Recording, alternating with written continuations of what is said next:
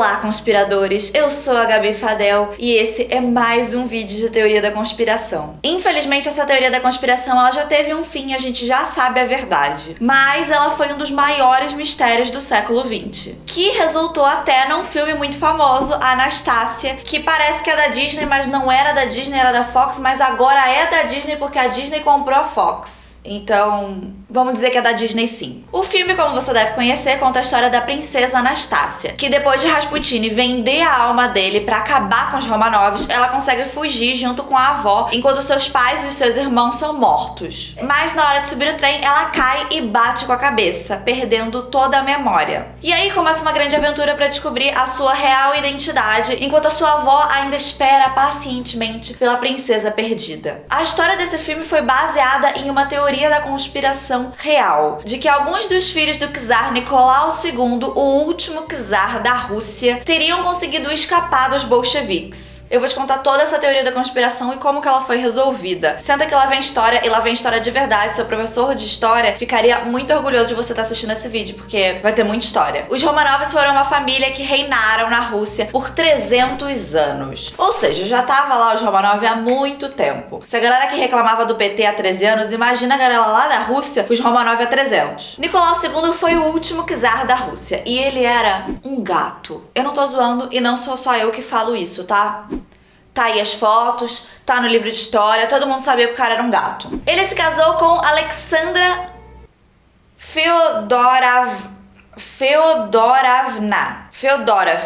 E juntos eles tiveram 5 filhos, todos gatos também. Era uma família muito bonita, bem comercial de margarina, assim, todo mundo lindo. A Anastácia era a mais nova de 4 irmãs, Tatiana, Olga e Maria. Foi assim meio decepcionante quando ela nasceu, porque, né, mulher naquela época não valia de nada, assim, meio que não dava em muita coisa, só dava filho mesmo. O czar precisava de um herdeiro homem pra poder reinar a Rússia depois dele, pra poder dar todas as coisas, enfim, porque a mulher realmente... Daí já era a 4ª, né, aí tava foda. Mas logo depois dela veio o Alexei. Só que assim, veio com um pequeno probleminha de fábrica. Ele tinha hemofilia. Hemofilia é uma doença que faz com que o sangue não consiga coagular direito. Então faz com que a pessoa corra sérios riscos de hemorragia com machucadinhos simples. Tem uma história de que ele quase morreu por causa de um passeio de carruagem que balançou um pouquinho demais. Então, assim, né, além de ser o único filho homem de 5 crianças, ainda veio com a saúde meio cagada. Inclusive, uma curiosidade sobre hemofilia, pra gente ser multidisciplinar aqui, tipo o Enem mesmo, sabe? Mistura várias disciplinas em um vídeo só. Hemofilia é uma doença do cromossomo X, tipo daltonismo. São doenças que vêm incluídas lá no cromossomo X. E é uma doença recessiva, ou seja, você precisa ter 2 cromossomos com a doença para que ela se manifeste. Então é muito raro que uma mulher seja hemofílica, porque ela precisa ter os 2X com o gene de hemofilia. Ou seja, o pai dela precisa ser hemofílico e a mãe dela precisa ter o gene também. O que na verdade é muito conveniente, assim, porque se mulher fosse ser hemofílica, a gente tava fodida. Porque é um problema a mais quando você menstrua, porque o seu sangue não coagula direito. Então você tem que tomar vários cuidados a mais. Naquela época, provavelmente todas as mulheres hemofílicas deviam morrer mesmo, porque não tinha lá muito remédio, né? Mas se você tem o gene, você pode não ter a doença, mas ter alguns traços hemofílicos. Pode ser que você menstrue mais, pode ser que a sua cicatrização seja um pouco pior, pode ser que você fique roxa mais fácil, mas ainda assim você não chega a desenvolver a doença num todo. Só se você tiver realmente os 2 xizinhos. Homem, como só tem um cromossomo X, que é o da mãe, se a mãe tiver um cromossomo para hemofilia e passar pro filho, ele com certeza vai ser hemofílico. A Anastácia era o que se pode dizer uma menina de personalidade forte. Ou você amava ela ou você odiava. Algumas pessoas descreviam ela como o raio de sol do palácio. Falavam que ela era alegre, que ela era inteligente, engraçada. Outras pessoas diziam que ela era o capeta, que ela era uma menina super maldosa. Uma prima dela descreveu a Anastácia como desagradável ao ponto de ser má. Ela não tava nem aí pro que iam dizer dela. Contam uma história de que uma vez numa ópera, assim, muito chique, ela, princesinha, tava comendo chocolate, se lambuzando inteira, sem nem tirar as luvinhas roupinhas brancas chiques lá de princesa. Tava cagando. Tacava o foda-se. O que pra época, pra uma menina normal, já era uma coisa ousada, imagina só pra uma princesa. Falavam que ela ficava fazendo pegadinha com os empregados do castelo. E que numa dessas vezes ela tava brincando com as irmãs de Guerra de Bola de Neve, daí ela pegou e colocou uma pedra dentro da bola de neve e tacou na irmã, na cara da irmã, que a irmã caiu assim, pá, sangrou, foi um desastre, assim, um caos, e que depois dessa ela deu uma acalmada, que ela viu que dava ruim, que ela ficou bem assustada com o resultado final, e aí acho que ela percebeu que as ações tinham consequências às vezes, e diziam que ela era muito preguiçosa, mas que mesmo assim ela era muito inteligente, que ela era uma menina super dotada. Ela era muito próxima da outra irmã mais nova, a Maria, e elas estavam sempre juntas, aprontando juntas. Ela tinha uma influência ali sobre a Maria, que era mais quietinha, ela fazia a Maria causar um pouco. As duas eram conhecidas como o pequeno par.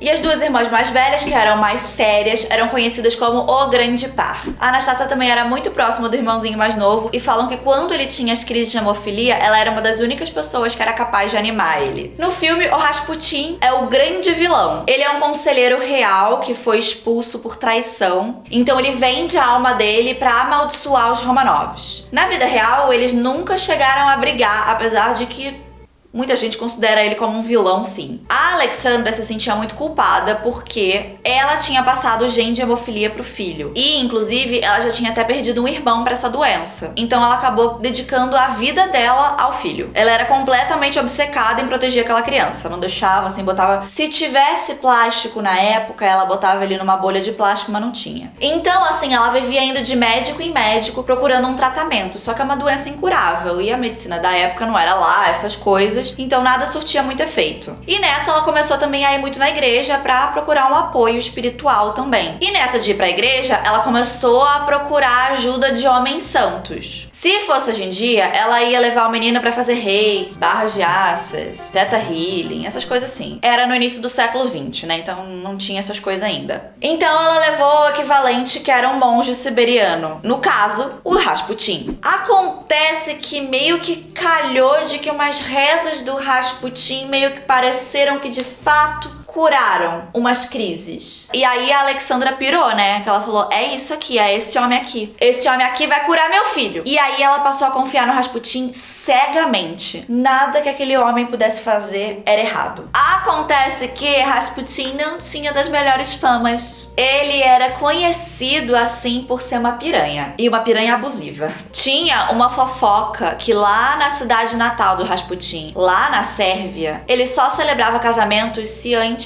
ele dormisse com a noiva. Acho que é pra fazer um teste pra ver se vai dar certo o casamento mesmo, sei lá. Além disso, ele tinha assim um tipo de approach da religião assim um pouco diferente, assim, meio inusitado. Ele pregava que você precisava antes se familiarizar com o pecado pra então conseguir superá-lo, sabe? Então antes de você superar o pecado, tem que pecar bastante.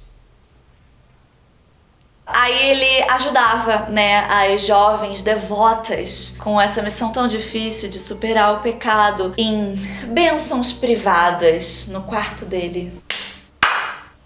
Belo uso de autoridade. O que dizer, né? Homens. Além disso, ele era um bêbado. Eu era um bêbado que vivia drogado. E ele gostava muito de falar sobre a influência que ele tinha sobre a família real, espalhar por aí. Tinham vários rumores pela Rússia de que ele tinha um caso com a czarina Alexandra. Que grandes chances de ter sido ele mesmo que começou. Porque assim, o chefe da polícia uma vez falou pra própria Alexandra que ele tinha ouvido o Rasputin bêbado num bar, falando pra todo mundo que o Nicolau II deixava ele se deitar com a mulher dele quando ele quisesse. E aí a Alexandra virou pra ele completamente gaslighteada e falou que os homens santos são sempre torturados. A fofocada era tanta, mas tanta, que a galera na Rússia dizia até que ele abusava das princesas. Era brabo. E assim, o czar Nicolau, ele tava ligado desse rolê, assim, que ele também não era burro. Mas ele ficava meio assim, mas ele curou meu filho. Porque ele também realmente acreditava que o cara tinha poderes e que ele tava curando o filho dele. Inclusive, às vezes ele mandava o Rasputin, assim, pra longe, só que ele se sentia muito culpado, porque ele ficava pensando, meu Deus, se o meu filho tiver uma crise, um ataque de hemofilia, e ele não tiver aqui, a culpa vai ser minha, que ele vai morrer. Meio que ele sabia dessas coisas, que o cara era problemático, mas ele achava que tava curando o filho dele. Aí, gente, aí veio a Primeira Guerra. E aí, realmente, assim, de veras, de fato, fudeu tudo. Porque antes, assim, a Rússia tinha lá os seus problemas, mas quem não tem, né? Quem não tem? Era uma família que tava 300 anos no poder. Então, assim, claro, né, que em 300 anos alguma reclamação tinha. Mas, assim, no geral, meio que as coisas estavam sob controle. Só que depois da Primeira Guerra, não. Porque, assim, a Rússia ficou destruída depois da Primeira Guerra. Destruída, morreu todo mundo. Assim, olha, acabada. E aí tudo caiu, assim, em cima diretamente do czar. E com motivo, com razão. Porque Nicolau II, ele realmente tinha feito umas péssimas decisões de guerra. O que se dizia é que ele não tinha pulso firme, que ele não era um bom líder, especialmente pra guerra. E, pra piorar ainda a situação, o Rasputin aconselhou o czar a ir pra frente das tropas. Ele disse que só assim que a Rússia ia ter vitória, que ele precisava ir pra frente das batalhas. E aí, Nicolau fudeu o rolê, tipo, ele só fez merda. E aí, todo mundo culpou ele e tava, assim, estampado na cara dele que era a culpa dele. Porque, né, o cara foi ainda por cima, lá na frente, pra fazer a merda mesmo, pra todo mundo ver. E aí a situação econômica e política do país cagada. E pá, Revolução Russa, bolcheviques, Exército Vermelho. Aí foi em 1917, depois de tudo isso, que Nicolau II abdicou o trono. E aí ele e toda a família, pai, mãe, 5 filhos, o cachorro, sim, tinha um cachorro, não se apega, foram presos. Aí eles foram meio transferidos de cidade, ficaram meio pipocando pela Rússia um tempo, de prisão em prisão. E enquanto isso, os bolcheviques estavam tentando negociar com os parentes dos Romanovs pela liberdade deles. Porque era uma família muito importante, tinham vários primos e tios e sei lá o que espalhados pela Europa. Mas eles nunca conseguiram um acordo que fosse suficientemente bom para eles liberarem os Romanovs. Só que aí acontece que enquanto tudo isso estava acontecendo, o Exército Branco, que era o exército de pessoas que ainda apoiavam o czar e apoiavam a família real, estava se aproximando da onde o Exército Vermelho e os Romanovs estavam, para conseguir resgatar a família. Se eles não iam conseguir derrotar a galera, mas eles queriam pelo menos resgatar a família. E eles eram maiores em número, então o Exército Vermelho meio que sabia que quando eles chegassem, o rolê tava meio cagado. Foi em 17 de junho de 1918, à noite, que eles ordenaram a família pra ir pro porão. Falaram que eles precisavam tirar uma foto de todos eles pra provar que eles estavam vivos. Aí eles se vestiram e desceram. Daí eles estavam lá esperando e tal. Ainda tinha alguns empregados ali que tinham sido fiéis o suficiente pra estarem ali com eles. E o doguinho. Aí eles estavam lá esperando. Daí desceu uns soldados. Aí virou um cara pra eles e falou assim: aí, qual foi? Vocês vão ser executados. Aí o czar falou: o quê? E aí eles desceram bala. Não deu nem tempo de ninguém perguntar nada. Eles só saíram atirando. Sim, inclusive no doguinho. Eu falei pra não se apegar. Só que essa primeira rodada de balas não matou todo mundo. Realmente, o czar e a czarina morreram e 3 dos filhos também. Mas a Maria e a Anastácia tinham costurado por dentro do vestido várias joias, na esperança de que talvez elas conseguissem escapar e poderiam depois vender as joias pra ter algum dinheiro. E o diamante é um dos materiais mais duros do mundo. Então, basicamente, elas estavam vestindo um colete à prova de balas muito caro, que fez com que elas sobrevivessem às balas. Daí agora você imagina só a situação de que você acabou de assistir sua família inteira. Você provavelmente também tá bem machucada, porque apesar de ter umas joias aqui, não é todo lugar, né? E agora, eles vêm pra cima de você com uma faca. O relato então é que uma delas depois teria sido esfaqueada e a outra teria levado um tiro na cabeça. Depois ainda, quando eles estavam tirando os corpos e levando embora pra enterrar, os carrascos ainda contaram que 2 das princesas ainda estavam vivas. Uma teria gritado e tentado se levantar e a outra sangrou pela boca. E aí depois disso eles teriam tirado elas do sofrimento e matado elas com uma pancada na cabeça. Os corpos eles foram queimados e dispensados em covas improvisadas. E ainda foram enterrados separados para que fosse mais difícil de conseguir encontrar e identificar de quem seriam aqueles corpos. E as informações que o governo deu ainda eram bem confusas, para deixar todo mundo bem confuso mesmo. E aí, além disso, ninguém achou os corpos corpos por décadas. Foi só em 1981 que uma parte deles foi encontrada, não todos. E aí, tudo isso resultou na criação de várias teorias da conspiração de que alguns dos Romanovs poderiam ter escapado. A teoria mais famosa é de que a Anastácia teria escapado. E nos anos seguintes, tiveram várias impostoras tentando se passar, tanto pela Anastácia quanto por alguns dos seus irmãos. A Anastácia teve algumas impostoras que ficaram bem famosas. Uma delas é a Nadezhda Vassilyevna.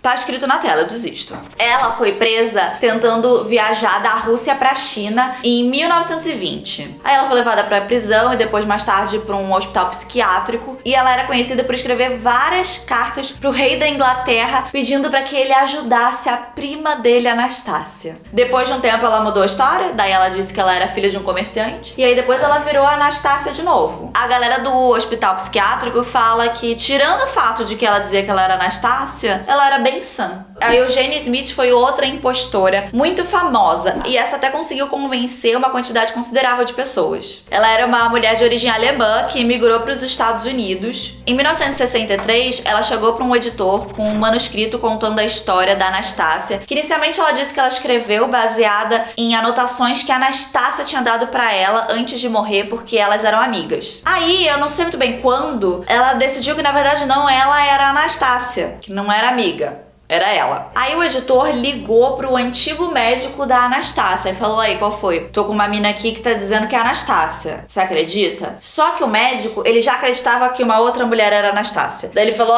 tô achando que não, hein? Aí o editor pegou e falou assim: bom, vamos ver. Aí ele chamou um agente da CIA que fez um teste de polígrafo de 30 horas com a Eugênia. E aí no final do interrogatório ele falou que era possível que talvez ela fosse a Anastácia, mas também não tinha sido um resultado assim super positivo. Talvez se pá. Aí ele ligou de novo pro médico, o médico falou assim: eu acho que não é a Anastácia não, hein? Mas ele resolveu cagou pro médico e o manuscrito foi reescrito como uma autobiografia e publicado. Inclusive, teve até um acontecimento engraçado que esse editor juntou a Eugênia com um outro cara que se dizia ser o Alexei, e aí ele proporcionou esse encontro, e aí os dois se abraçaram, choraram. Meu Deus, irmão, meu Deus, irmã! Eles fizeram todo um showzinho, falou: é você mesmo, ai, é você mesmo! Todo um rolê, assim, todo um teatro, um tentando validar a história do outro. E a gente tem também a mais famosa impostora da Anastácia, a Anna Anderson, que inclusive é baseado nela que veio a história do filme. A Anna é uma mulher que tentou tirar a própria vida pulando de uma ponte. Levaram ela para um hospital em Berlim e aí perceberam que ela tinha perda de memória, ela não lembrava de nada. Ela tinha várias cicatrizes estranhas pelo corpo e um sotaque russo. Ela tinha uns pesadelos horríveis, ela acordava à noite gritando, tinha um terror noturno muito forte. Aí um dia entrou uma mulher no hospital, olhou pra ela e falou assim: você é a Tatiana, uma das irmãs Romanov.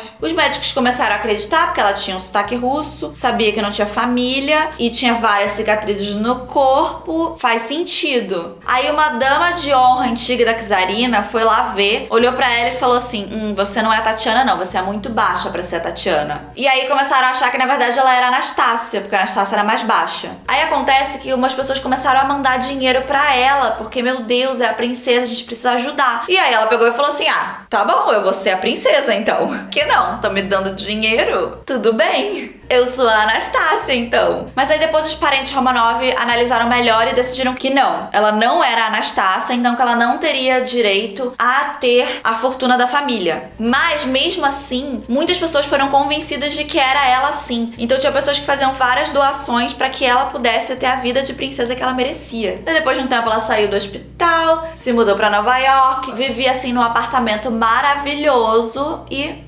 paz. Casou com um americano e viveu o resto da vida dizendo que ela era Anastácia sim. E aí depois que ela morreu, fizeram testes de DNA e viram que na real ela não era Romanov porra nenhuma, que na verdade o DNA dela batia com o de uma mulher chamada Franziska um sobrenome muito estranho que eu não vou nem tentar. E a história dessa mulher é que ela trabalhava numa fábrica e aí explodiram uma granada. Aquilo deixou ela tão traumatizada que ela tentou se jogar da ponte e acabou sobrevivendo e perdendo a memória. Por muito tempo, várias pessoas acreditavam na teoria da conspiração que a Anastácia ou que algum de seus irmãos tinha sim escapado. As teorias da conspiração ficaram ainda mais fortes quando em 1981 eles acharam só alguns corpos e ainda ficaram faltando 2 dos irmãos Romanov. Foi só em 2007, há pouquíssimo tempo atrás, que eles conseguiram achar os outros 2 corpos que estavam faltando, que tinham sido enterrados em uma cova separada. Fizeram teste de DNA e viram que sim, que era Romanovs, só que um dos corpos eles não têm certeza se é da Anastácia ou se é da Maria, porque a idade das duas era muito parecida. Então, na verdade, pode ser que a Anastácia, na verdade, já tivesse sido encontrada em 1981 e ninguém sabe, porque ninguém sabe diferenciar qual que é qual. Mas o mais importante é que eles encontraram 7 corpos para 7 Romanovs e aí deu-se como encerrada uma das maiores teorias da conspiração do século XX. Se você gostou desse vídeo, não se esquece de curtir, se inscreve no canal caso você não seja inscrito ainda e vire um lindo e mágico unicórnio conspirador. Não se esquece também de olhar a playlist de vídeos de conspiração, porque tem vários pra você assistir. E eu vejo vocês no próximo vídeo. Tchau!